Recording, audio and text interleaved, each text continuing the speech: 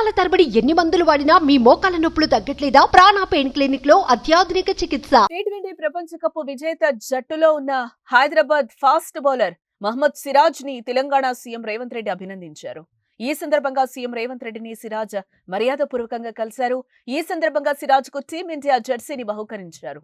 T20 ప్రపంచ cup సాధించినందుకు Siraj ను CM అభినందించారు.